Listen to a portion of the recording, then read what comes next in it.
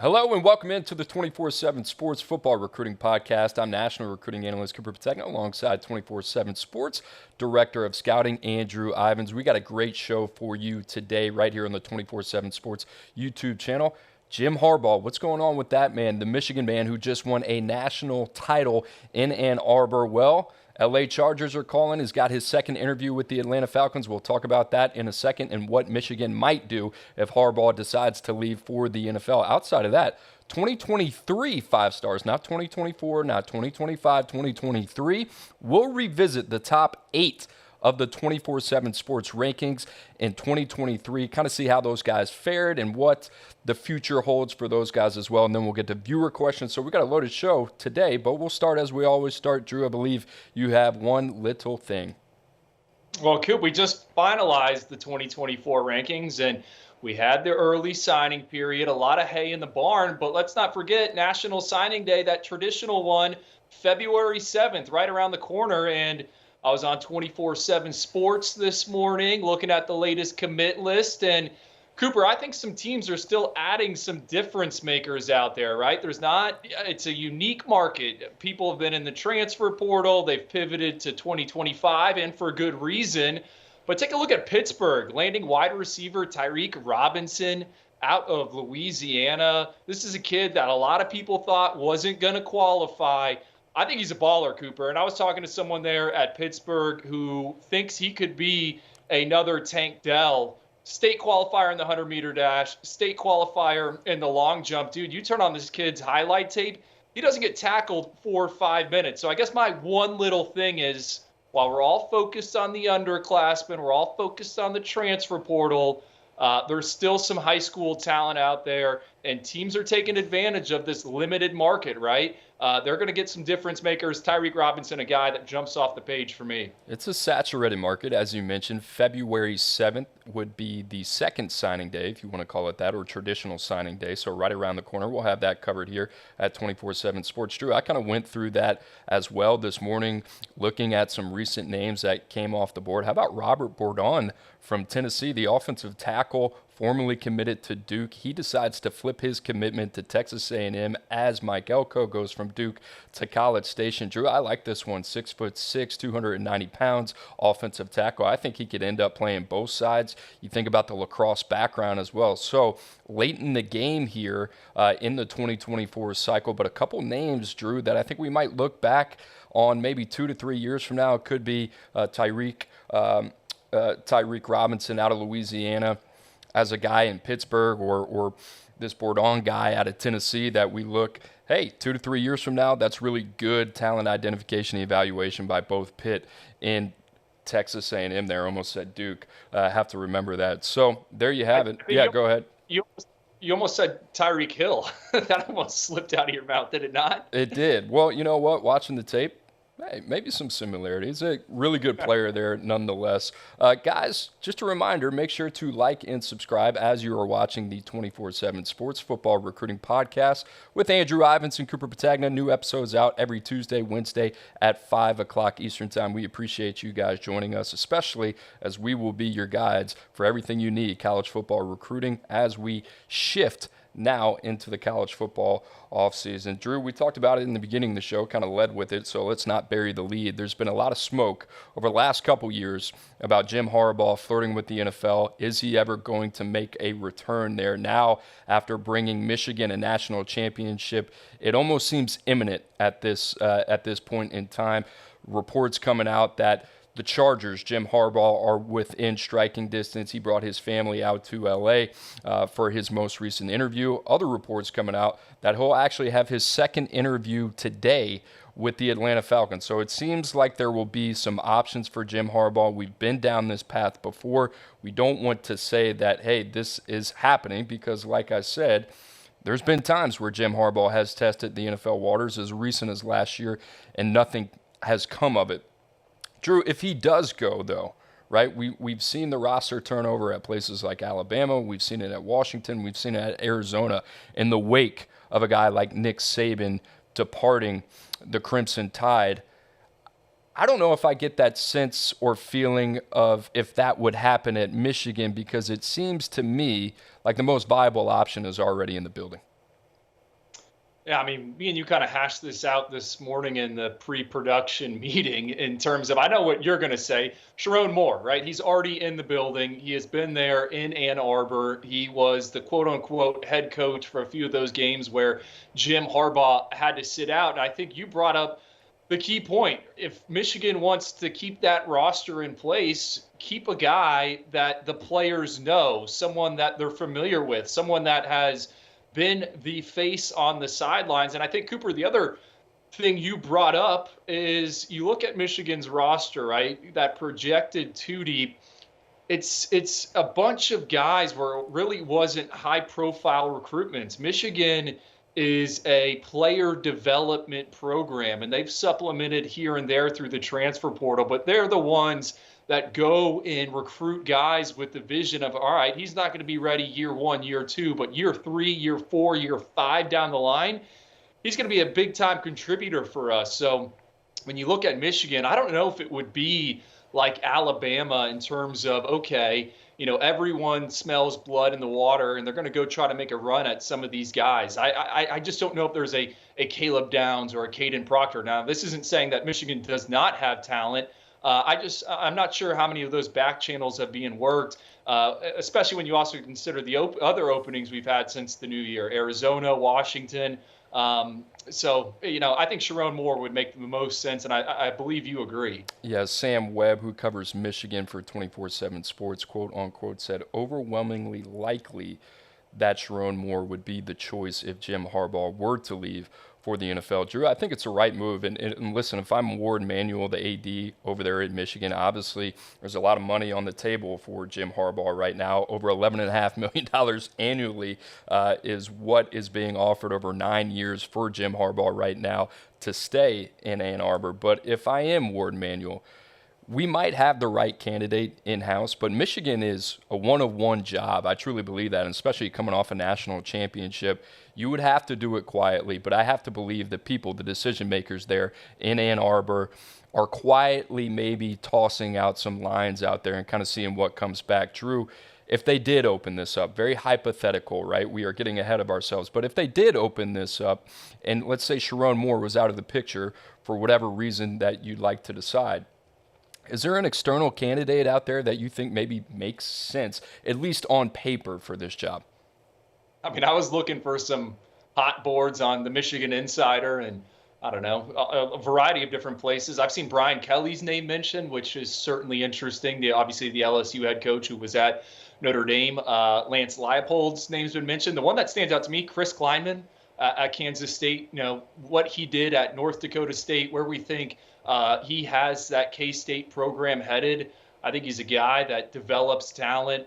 You look at what they've done on the recruiting trail. He's the one that kind of intrigues me a little bit. But I think it would be a mistake not to look at Sharon Moore.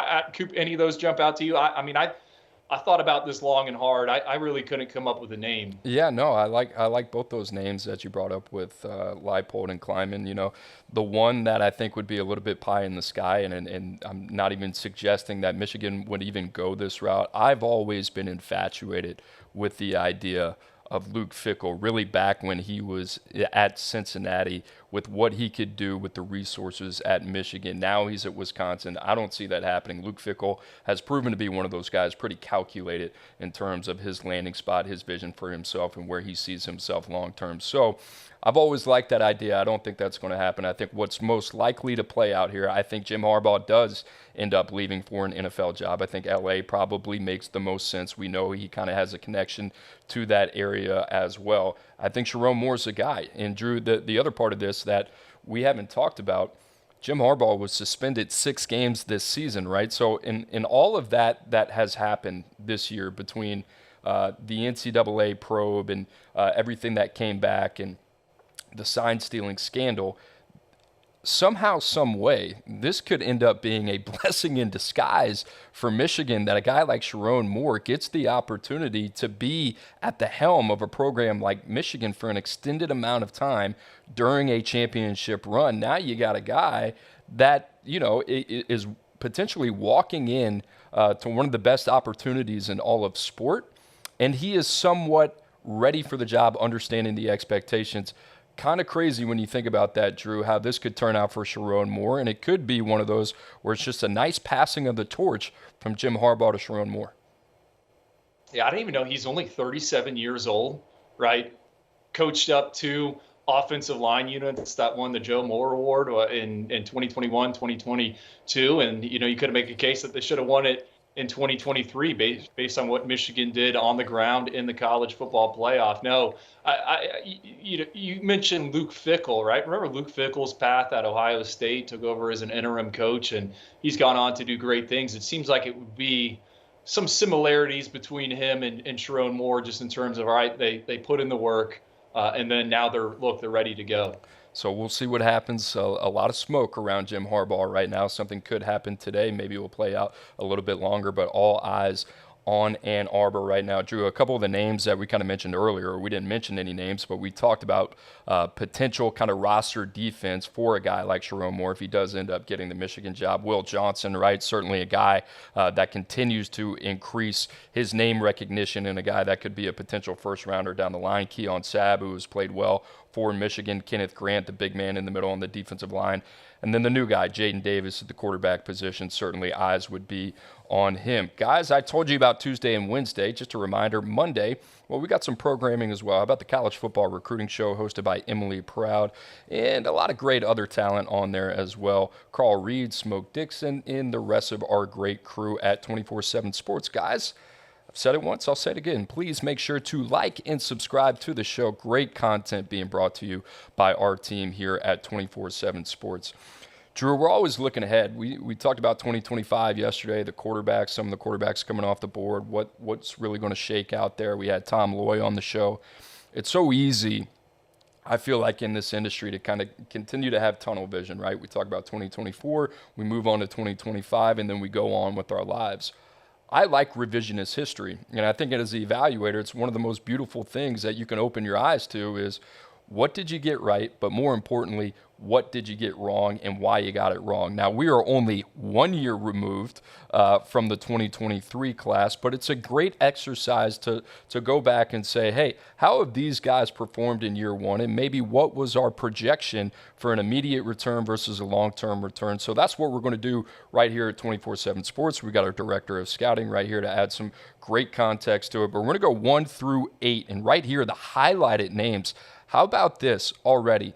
3 players within the top 8 of the 2023 rankings last year have already entered the transfer portal. There you see Dante Moore, originally signed with UCLA, one and done there, now to Oregon with Dan Lanning, Caden Proctor back home to Iowa, and Caleb Downs, as we all know, to Ohio State. So an interesting wrinkle there as I would say player movement in college football at an all-time high. But Drew, let's start with Arch Manning. You look at Arch, he only saw action in 2 games this year.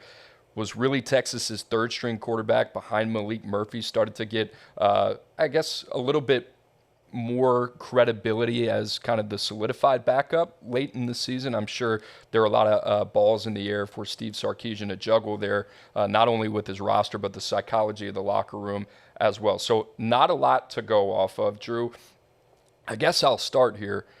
I always thought it was an advantage for Arch to step into a competitive room, especially with Malik Murphy there as well. We all knew Quinn Ewers was there, but to have a guy like Malik Murphy, who is now going to be the starter, presumable starter at Duke under Manny Diaz, I thought it was good for him to step in and have some competition, right, to battle for the number 2 spot. That being said, Quinn Ewers is coming back for another year. Arch is going to sit another year. I'd love to see Arch kind of get some run in the way that a guy like Nico Imalieva got some run this past year, right? I thought Tennessee kind of handled him beautifully. We'll talk about him in a second. But next year, I don't mind Arch Manning sitting for another year, getting another year under his belt, getting his sea legs under him.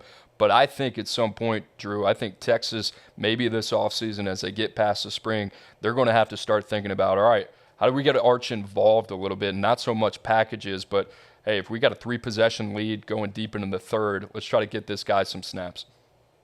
Well, I think my panic meter, if you're asking that on Arch, is a 0. And I thought going to Austin was kind of the perfect situation. And what you hear about the Manning camp, why they selected Texas, why he is there playing for Steve Sarkisian, it's all calculated.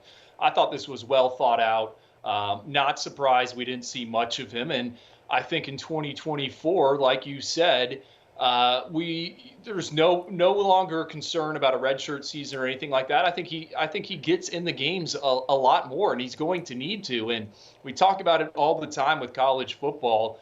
You can have a stud number one quarterback, but you need a guy that's ready to go as your number two. And I think for Arch Manning, that has to be the thought process. I got to be ready to go if something were to happen to Quinn. Look at Florida State this past season with Jordan Travis. Tate Rodemaker has to come in. They even have to go to Brock Glenn, the number three. I think we'll see Arch Manning on the field in 2024 and potentially in some key moments. So I'm not concerned. I love this for his developmental path in terms of, okay, wasn't forced onto the field right away like some of these other quarterbacks. And then eventually it's going to be his offense.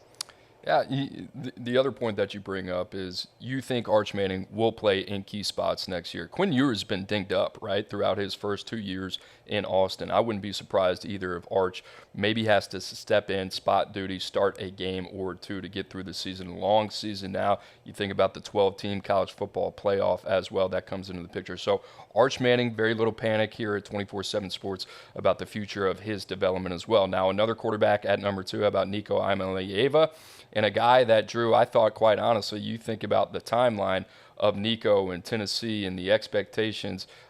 I feel like Josh Heupel has just handled this whole, from the recruitment to the development to now where Nico is the projected starter here in Rocky Top. They've handled it beautifully.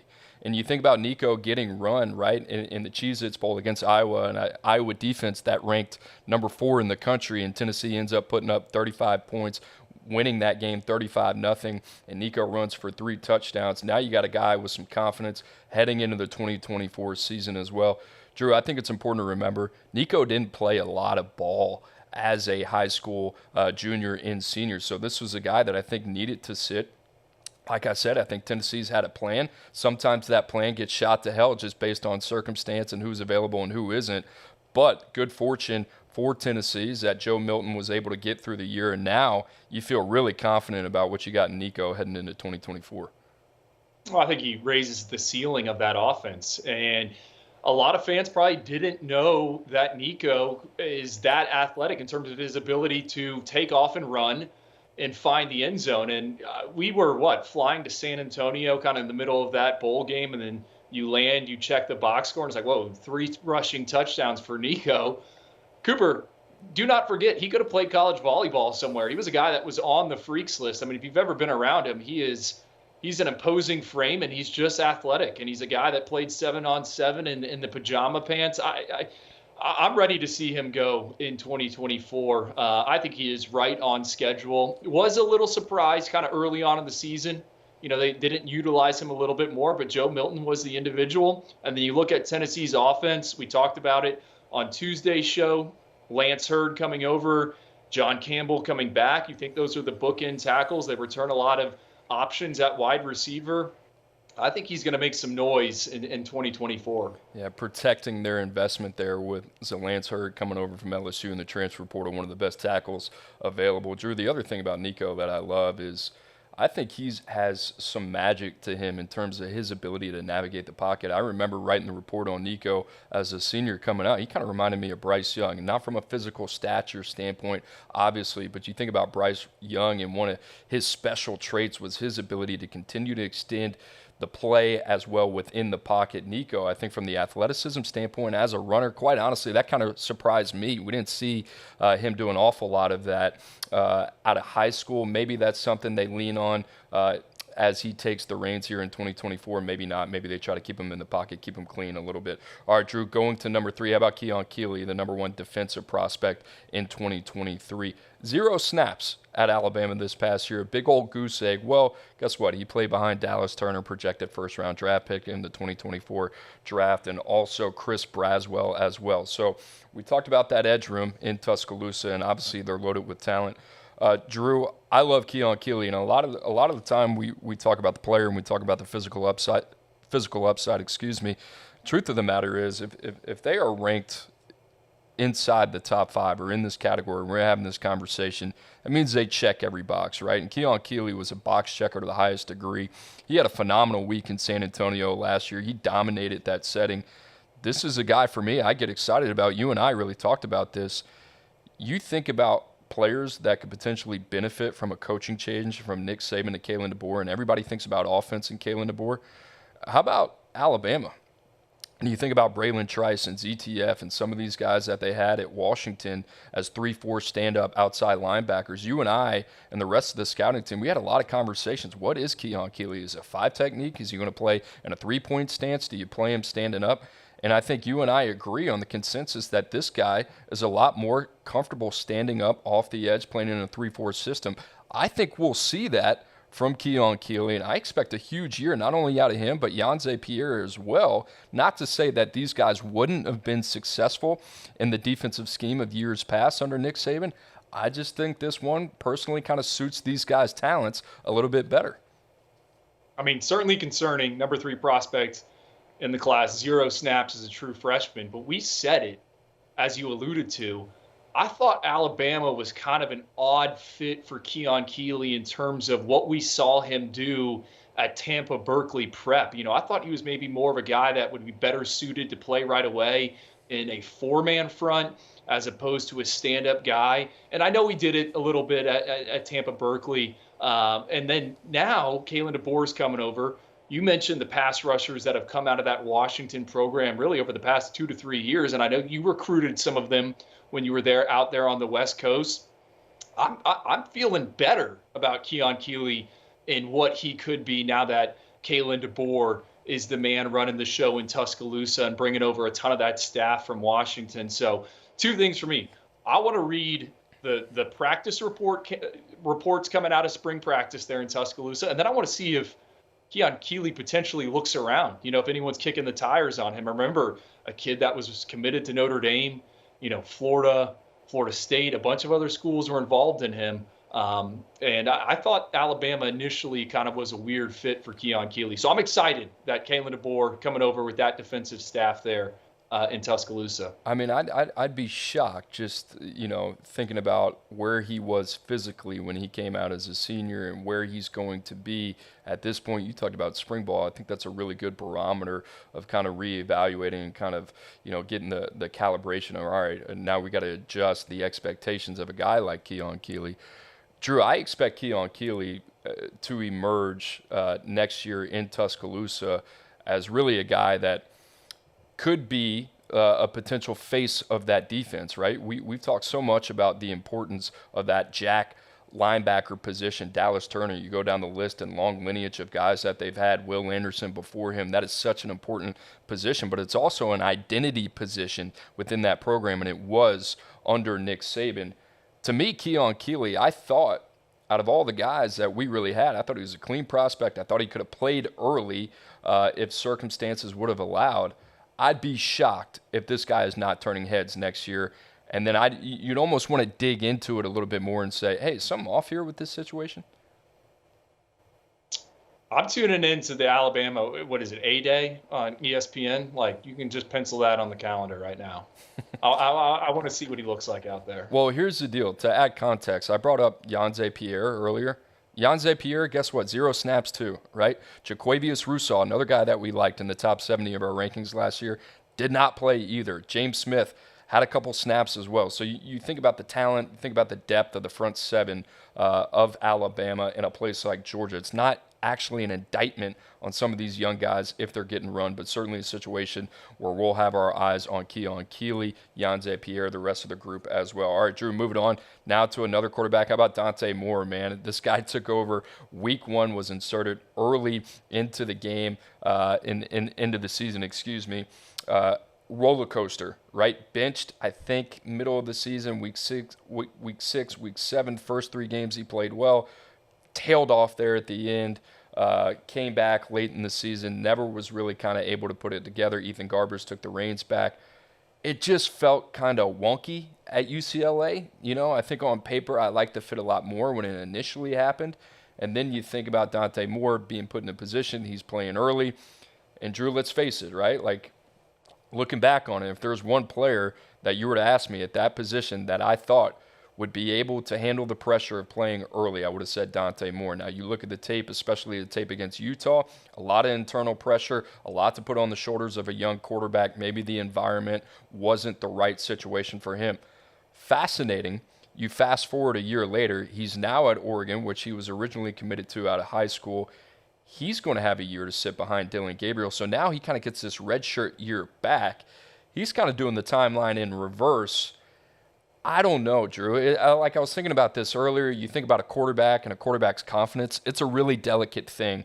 But I do feel like Dante Moore has kind of course corrected in terms of his trajectory. And I think the best thing that could have happened for Dante Moore was heading up to Eugene, taking a little bit of his medicine up there, and taking a year to kind of settle things down, figure it out, get under Will Stein, learn under Dillon Gabriel, and then when the time comes in 2025, he'll be ready. I think what's notable about Dante Moore, you kind of ask people that are familiar with his decision, why he left, why he's ended up at Oregon.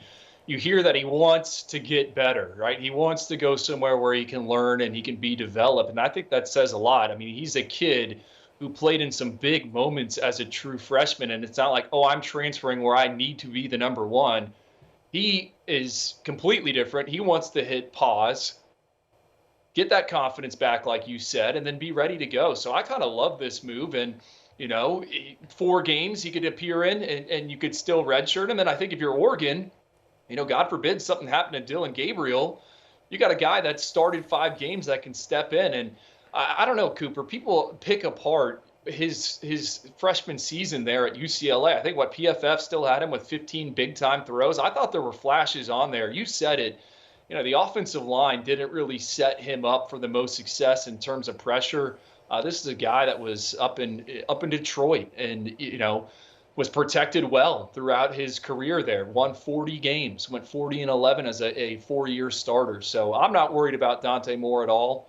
I don't know how much we're going to be talking about him come the fall months, but 2025, that's the time when we're going to see what Dante Moore has really got. Yeah, you think about the situation at UCLA too, right? Like a lot of uncertainty around Chip Kelly. I mean, his name being linked to offensive coordinator jobs in the NFL, right?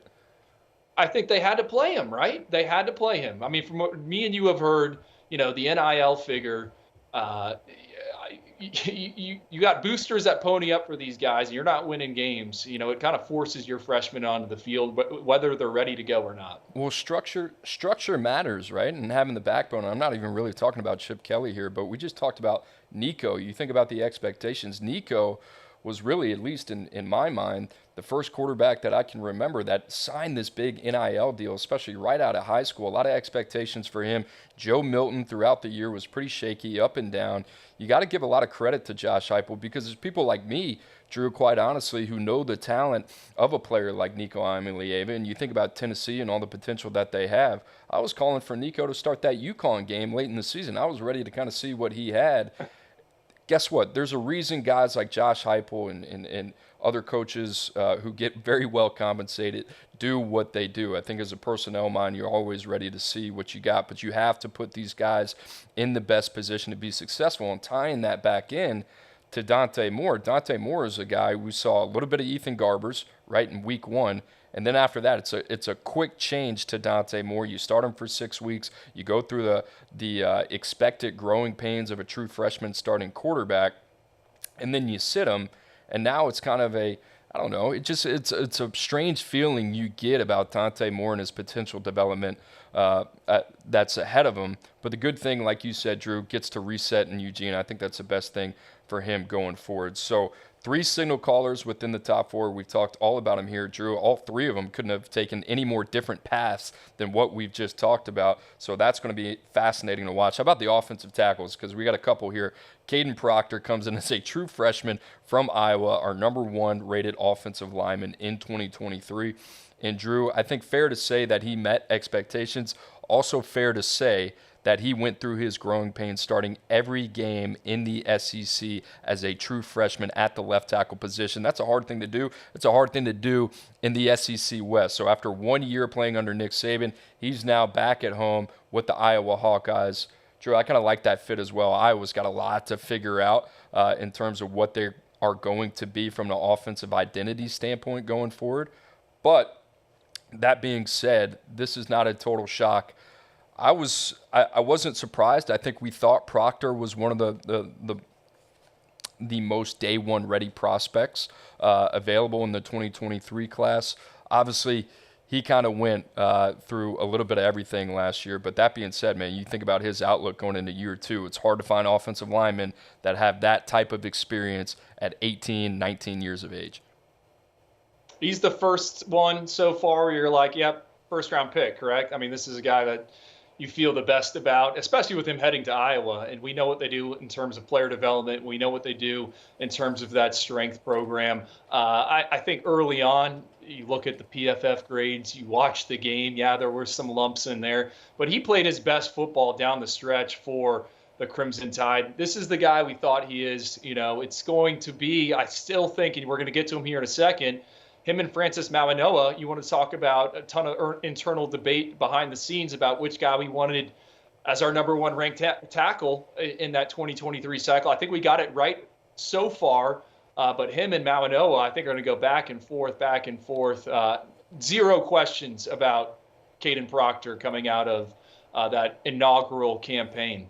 Well, we'll talk a little bit about Mauigoa, obviously Caleb Downs as well. But if you were to think about the 8 players that we're talking about today, the 3 that you feel the most confident in terms of their NFL projection, I think that would fairly have to say you'd feel pretty confident in Caden Proctor, you'd feel very confident in Francis Mauigoa, and then Caleb Downs already, right? So those guys, immediate impact players. And Drew, let's talk about Francis Mauigoa. How about starting all 13 games at right tackle for the Miami Hurricanes? You talk about a guy from day one that Mario Cristobal has leaned on, going to be the face of this program moving forward. Drew, these guys were pretty different, right? It's not like Caden Proctor was his prototypical left tackle. I think we think that he could end up playing on the right side. We thought Francis Mauigoa maybe gave up a little bit of length, but really kind of had the attributes to play the left side. Caden Proctor ends up playing the left. Francis Mauigoa ends up playing the right. That being said, man, I mean, as much as you can put on a freshman tackle's plate, just like Alabama and Miami have put on Caden Proctor and Francis Mauigoa. Francis Mauigoa, to me, Drew, just from day one, has completely set the tone of what type of player he's going to be. It feels like Penei Sulish, right, who Mario had at Oregon. That's what this is what Francis Mauigoa kind of feels like. And you talk about a team that wants to build their identity at the point of attack. To me, he's the perfect face for that franchise. Yeah, and I think it was day one of spring practices. He started on the second team, and by day 2, he was with the starters, and he never relinquished that spot all season long. Now, he's the real deal. I think he's exactly what he thought we thought he was. And for Miami, you know, one of the reasons why Mario Cristobal was brought in was to improve the trenches, but it was also to get NFL talent to Coral Gables. And I think when you look at Mauigoa, it's a guy that's definitely going to play on Sundays, barring some unforeseen setback. So it was a monster win at the time. You know, I thought, would there be some growing pains? Sure. But another guy where he got better as the season went along. And I think if you're a fan, a college football fan, you know, if they throw a freshman tackle into the fire, yes, it's going to suck for a few games. But think about what the payoff is going to be year 2, year 3, and potentially year 4. I mean, that is a guy that you put in Sharpie in your lineup and you don't really worry about him.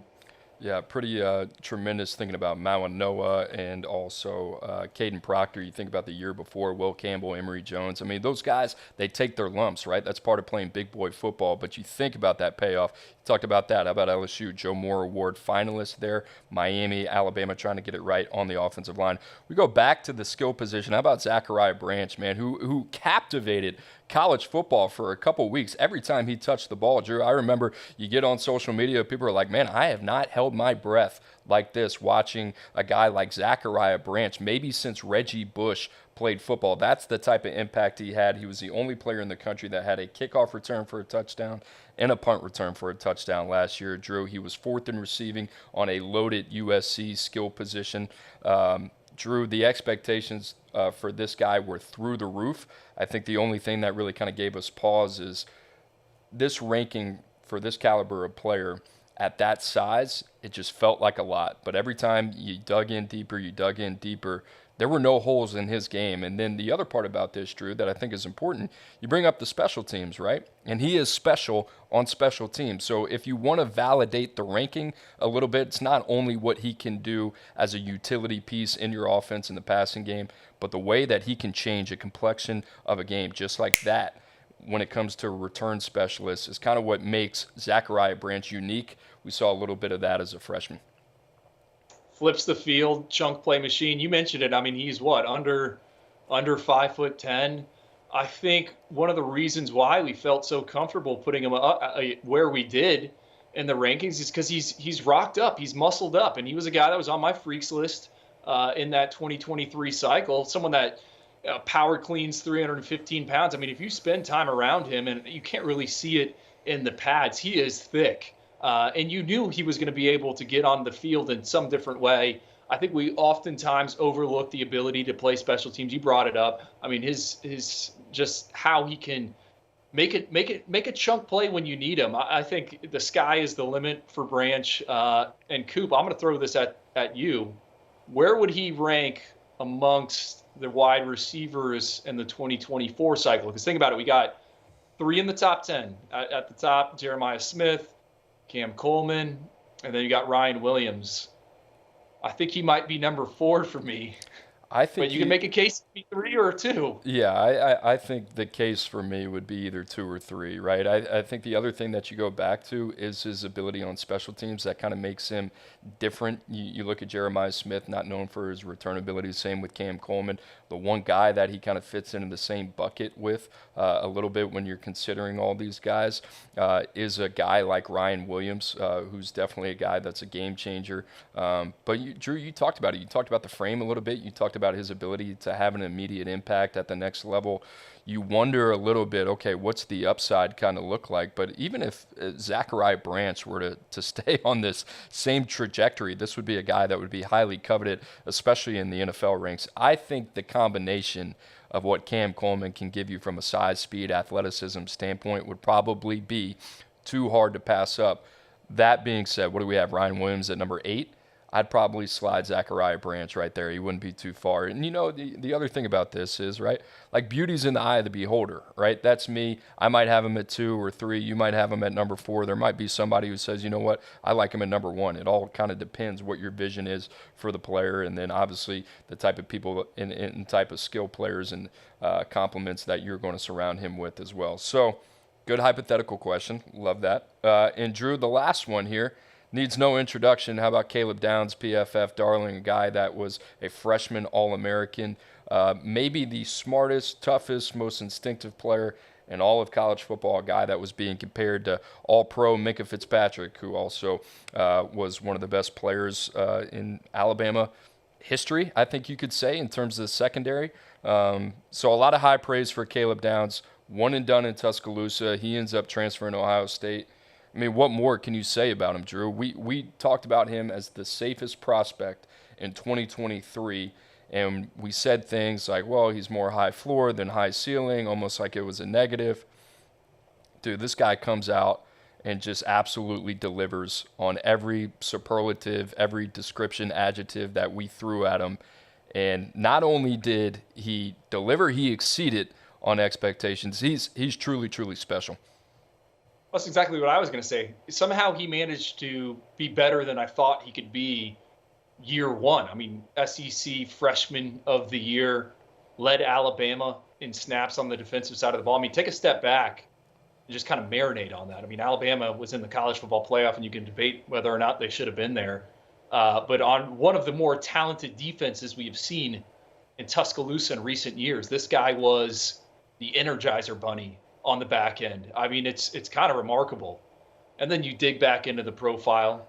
I mean, Caleb Downs, Cooper, you know, he wasn't someone where we had a bunch of data on him in terms of like the 40-yard dash, the measurements and all that stuff. I mean, we were leaning heavily on the tape, what we saw, the bloodlines. He was not a multi-sport guy. I mean, he technically was not this big box checker where it's not always important, but if you're going to shoot a guy up in the rankings, like to have that peace of mind knowing the entire package, right? Knowing that this guy has this going on for him. Caleb Downs didn't really have much, but the tape was so good. The in-person evaluations were so good. The feedback from his high school coaches was so good. And then you spend some time around him and you're like, this guy is wired the right way. I mean, look at his brother, what he did in his rookie season with the Indianapolis Colts. I mean, it all makes sense. I think he's a good reminder in the evaluation process that sometimes you got to trust your eyes and not get so caught up, in, oh, he's a 4.46 guy on the lasers or whatnot. All right, Drew, we just went through 1 through 8 of the former 5-stars last year in 2023. Gave you a brief rundown, right, of you, the audience at home. Drew, I would ask you as the director of scouting, and this is what we do. We look back on our work and we kind of say, all right, well, how do we feel about it? Drew, I want to ask you, there's 1 through 8 right there. A year later, how do you feel about the first 8 names that came off the board last year in 2023?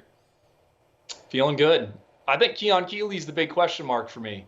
But we did not think he was year 1 impact player. I said it. I want to watch Alabama's A-Day game.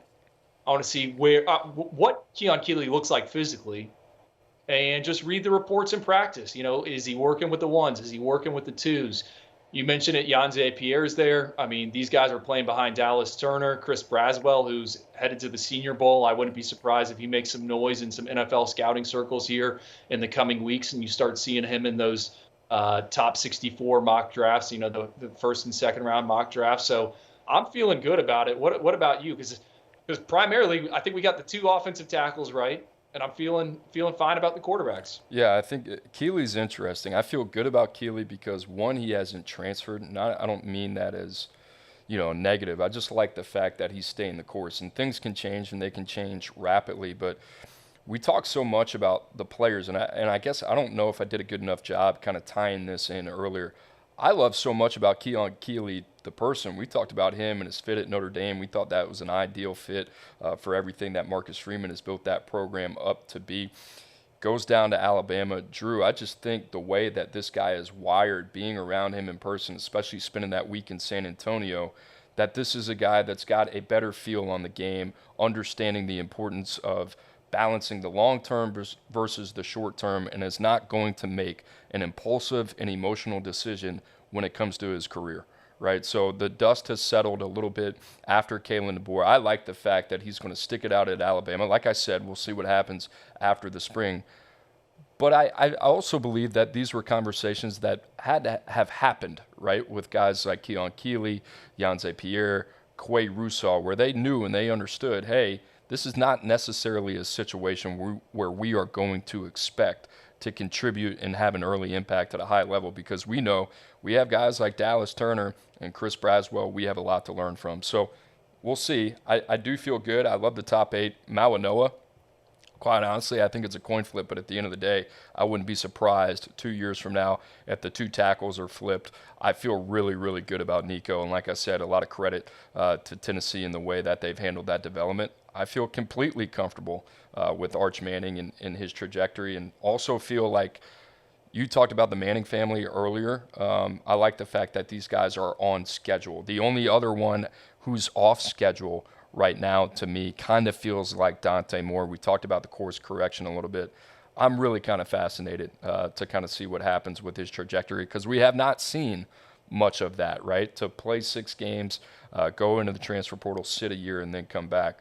It gives me hope what Dan Lanning and Will Stein have been able to do with Bo Nix. I think it's a really healthy situation for him. And then, they're going to be able to protect him. They're also going to be able to surround him with a lot of playmakers. So 1 through 8, I feel really good about, right? I guess we'll come back next year and kind of see what we think about this. Again, guys, we did 1 through 8 here.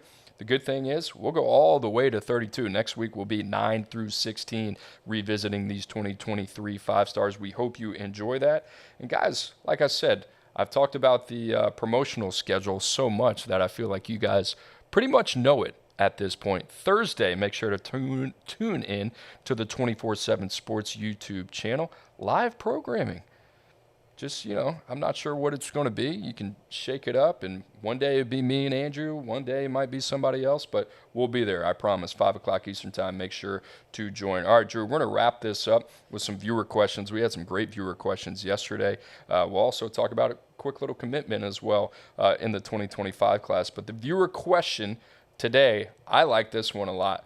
Who signs more 4 or 5 stars over the next 3 years between these 4 programs? Wisconsin, Nebraska, Washington, Michigan State. Thank you at RUW126 for the question.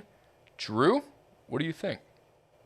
I love this question. I initially read it as who signs more 5 stars. And I think I was going to go with Nebraska. Well, because they just signed a 5-star in Dylan Raiola. But you got to bring in the other blue chippers, the 4-star recruits. I think it's really 2 of them, right? Wisconsin and Nebraska. But you can make a case for Michigan State, and you can make a case for Washington. I think it would be a bit naive to undersell Jedd Fisch's recruiting ability. Remember when he was hired at Arizona, we're all like, all right, I don't really get this. I don't understand this. And then look at what they were able to do on the recruiting trail last cycle, this cycle. Now, obviously, most of those guys are headed to follow him out to UW. So I think it's between Wisconsin and Nebraska. I know what your answer is, Cooper. You're going with Wisconsin. So I'm going to say Nebraska. Just Matt Rule, I think he's got the right vision there in terms of talent identification, going after guys with high upside. They have one of the fastest signing classes in America. If you go and look at tracking football and guys that do track and field. So I'm going to go with Nebraska, but, could make a case for any one of them. Thank you for answering that question for me.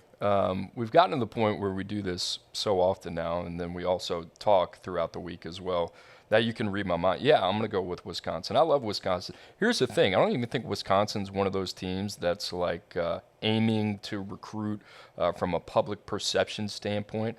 I think Wisconsin's one of those teams where, Drew, you and I at the end of the year, we're able to kind of catch our breath, and we're going through these different recruiting classes, and we're like, oh, there are 4 or 5 guys that have maybe come up on our radar very late in the process that Wisconsin's just done a phenomenal job in terms of the early ID and digging out, and they know what fits them. I mean, man, they stuck with a guy like Ernest Weiler. I really like Kevin Hayward, shot up our board late. You think about some of the other guys as well. Jay Harper from state of Alabama, long corner. We don't have a 4-star grade on him, but that's another guy. Like, I wouldn't be surprised if that guy goes to Wisconsin, develops, and is a day 2, day 3 guy at the end of the day. The tackle out of Minnesota that we really like, that I'm blanking on the name. So Wisconsin's just one of those teams, like, they're just comfortable in their own skin. Like, I love teams where you can look at the list of commits on paper and say, that's it. These guys know who they are. They know what they're looking for, right? And they're very strategic, not only from a geographical standpoint. They don't go with outside their means, right? They don't get distracted by eye candy. They say, this is us. These are the areas of the country that we feel like we can excel. We're a player development program. Drew, they're a little bit of Michigan with, like, high definition, right? They're a pretty fascinating team to follow. I think Fix just got the recipe, man, and I'm really excited about these dudes. Like, I would not be shocked within 2 to 3 years, and I say 3 years kind of as a caveat, if these guys kind of sneak in a 12-team playoff. I think he can get them right that quick. What I also love about this question, right? You think about all 4 of these programs. Nebraska's obviously, Nebraska's where it is. Washington's where it is. Wisconsin, Michigan State.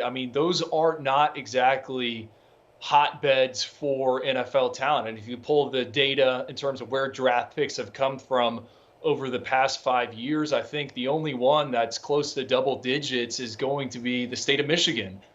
So I think that's what makes it unique as well in terms of what the talent pool is in these guys' backyards. And I think Matt Rule at Nebraska, since he's been there, he's done an excellent job of kind of trying to put up a fence in that 500-mile radius. Malachi Coleman last cycle, Carter Nelson this cycle.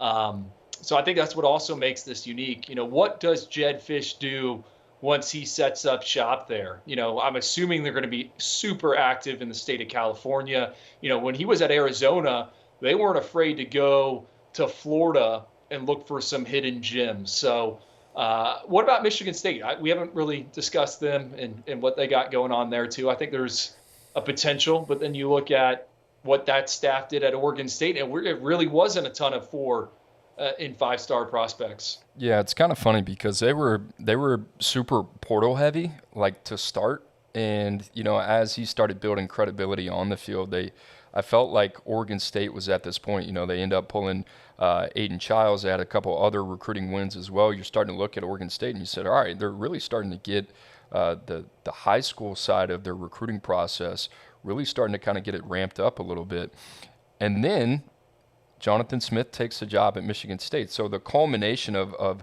both of those sides kind of colliding at the perfect point in time for Oregon State. Jonathan Smith, his hand is kind of forced. You understand why he would make the move, but it kind of leaves this question mark, all right, like what is Michigan State going to be, right?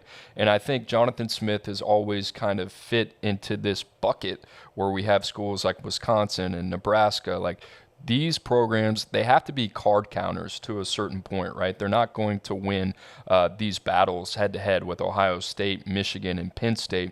So they have to be a little bit more selective and a little bit smarter and a little bit keener and a little bit more efficient and a little bit more aggressive. And they have to pull the trigger with less information earlier in the process. It's a difficult place to be.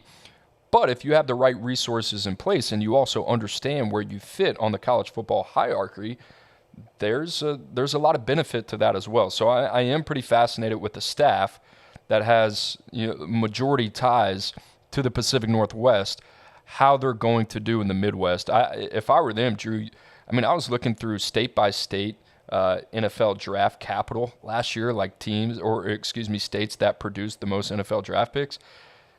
Illinois was up there. I think they were like in the top 6 or 7, right? I think they had double-digit draft picks last year, if I'm not mistaken.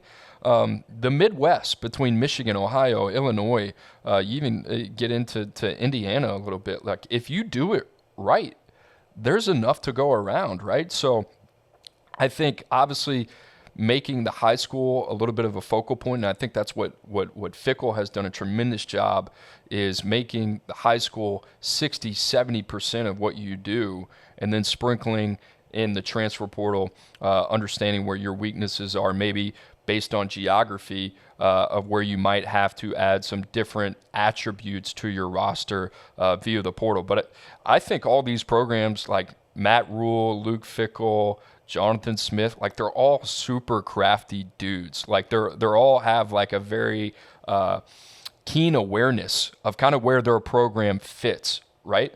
And I think it makes for a really interesting kind of like second layer battle behind the scenes of these guys kind of all kind of like cross-pollinating. We need to get like a tracker going from like this day on. Final thing on this subject, right? So Nebraska was my answer with Matt Rule. You saw what he did at Baylor, Temple. I mean, the amount of NFL draft picks is just through the roof. But with Wisconsin, Kevin Haywood, I had this conversation with him at the All-American Bowl, and he, the top 247 offensive tackle for us, was a big mover, headed to Madison, and I straight up asked him, I'm like, you are a kid from the state of Pennsylvania. How are you not going to Penn State? Did Penn State not want you? And he's like, well, they recruited me. My sister goes to school there. I checked it out.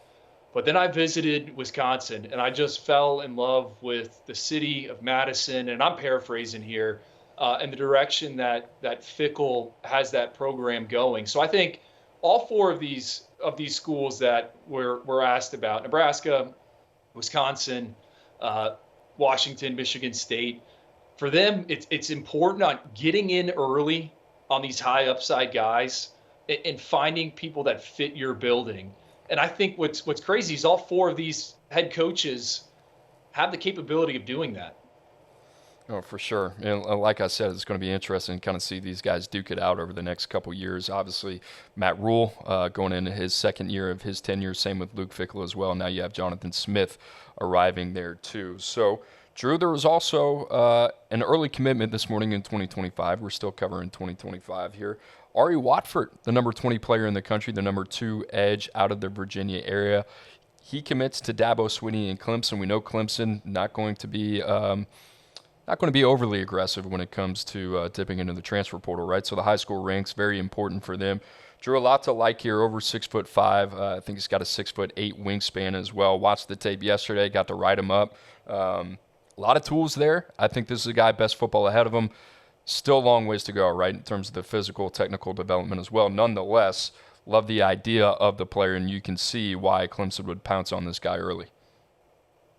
Yeah, I mean, in this era, I think it's a big deal that Clemson got Ari Watford so early on. And, normally when Clemson gets a commitment, those kids stick. And this one kind of out of the blue, right? Just a Wednesday announcement from Hayes Fawcett.